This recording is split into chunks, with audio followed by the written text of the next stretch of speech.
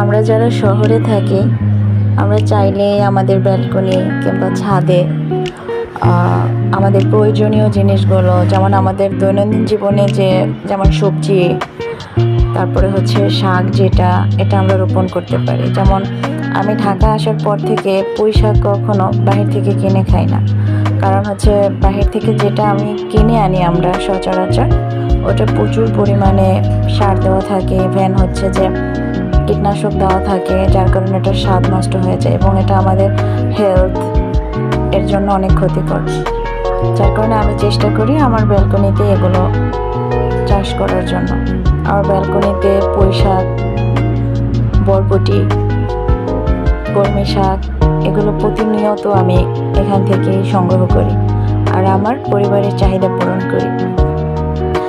তাছাড়া হচ্ছে যে আমরা যারা শহর কেন্দ্রিক, আমাদের বাচ্চারা গ্রামের যাতে কৃষি জিনিসটাকে ঘৃণা না করে, ইভেন তারা এই জিনিসটা যাতে বুঝতে পারে যে এটা আমাদের জীবনের একটা অংশ, এটা দরকার।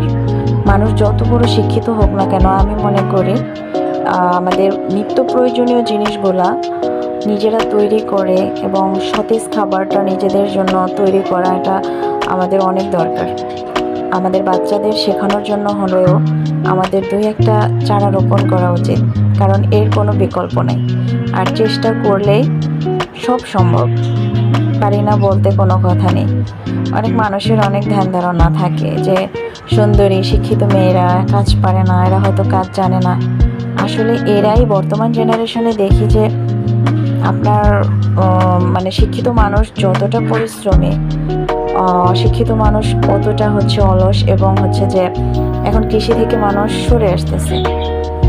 সো আমাদের প্রত্যেকের উচিত আমাদের বাচ্চাদের শেখানো, ইভেন নিজেদের পরিবার স্বাস্থ্য সুরক্ষার জন্য কেমিক্যাল মুক্ত সবজি ব্যালকনি কিংবা ছাদে লাগানো উচিত।